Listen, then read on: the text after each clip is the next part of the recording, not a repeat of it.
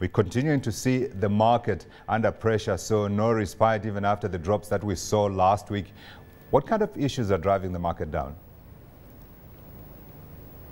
Very good afternoon to you, Godfrey. The market is still in a kind of post results kind of hangover in terms of substantial corrections coming in, and now the key is looking forward in terms of what Q1 for 2012 will provide. So over the past fortnight or so, the market has been pretty upbeat in terms of the good results we've been getting, but those that haven't really performed too well are basically being getting the downward spiral. So the market, all in all, pretty much flat on the day, and very low volumes. But I suppose when people are beginning to take money off the table, they are suggesting that going forward, they are not seeing the kind of results that they have seen so far. Is that an accurate reflection of where earnings are going looking into the future? Yes, I think that is a pretty accurate reflection in terms of looking at what 2012 is expected to bring in. As you were speaking earlier, you mentioned that in Kenya we have kind of an election cycle, and we are pretty much approaching the elections. Although we are not particularly certain of the dates, the money and the risk is kind of off the table. Over the past 2 weeks or so, it really has been a market driven by expected results, expected dividends, and with that kind of coming to an end, then the market now is really not really having knowing exactly which direction to move towards to. Yeah, but I suppose we can speculate about where that money is going. I'd imagine with interest rates where they are, that would be an easy place to try and park your money. But let's look at some of the results that have come through. National Bank of Kenya planning to pay their first dividend, even after first half income dropped, I think 9.2% is the number that I saw earlier. Indeed, it was 9.4%, so pre-tax profit 9.4% to 2.44 billion shillings. Why is National Bank underperforming when we've seen stellar results coming out of the other banking stocks? Well, National Bank still remains a pretty traditional banking institution.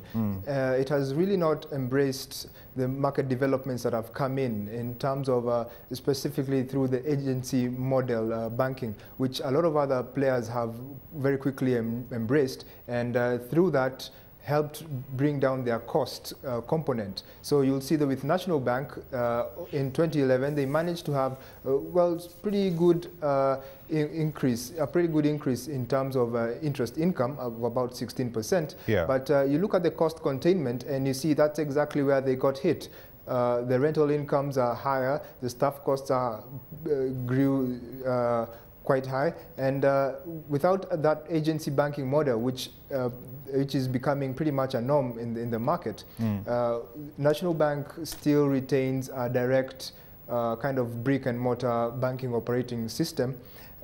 So with it actually expected to bring in about 10 outlets in the next year, we expect this cost issue to again show its face down the road. Yeah, an interesting statistic that jumped out of me out of these results was the increase in the loan loss provision. Now, I say that because I see that one of the biggest shareholders, in fact, is the government and the state, the country's national pension fund. Now, we do know that, you know, where you've got politicians and money, there's always, and then a loan loss provision that's increasing. The suggestion is that the politicians are putting pressure on the bank, which they own, to try and cover up for money that they are not paying back to the bank. Is that accurate?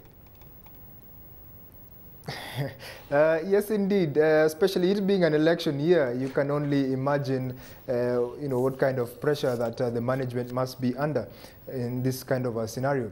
But moving forward, it's always good to give the credit where it's due. The outgoing managing director, Mr. Ruben Marambi, has done a fantastic job turning around that particular institution. and unfortunately he'll be exiting towards the end of the year. So there are quite some concerns in this case relating to the corporate governance. You rightly mentioned that the National Social Security Fund is trying to get its hands onto more board seats in the institution.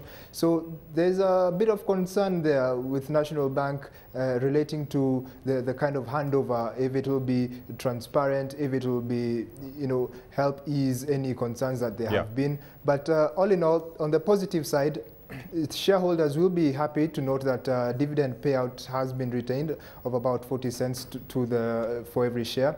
And also, it's quite positive that those net interest incomes have actually matched some of the more mid-tier banks' performances. Yeah, indeed, and that net interest income may well have come from the advancing loan book, which grew up 25%, much in line with, of course, the other bank that are in Kenya. Thanks very much indeed for joining us from Nairobi, Kimathi Ikiao.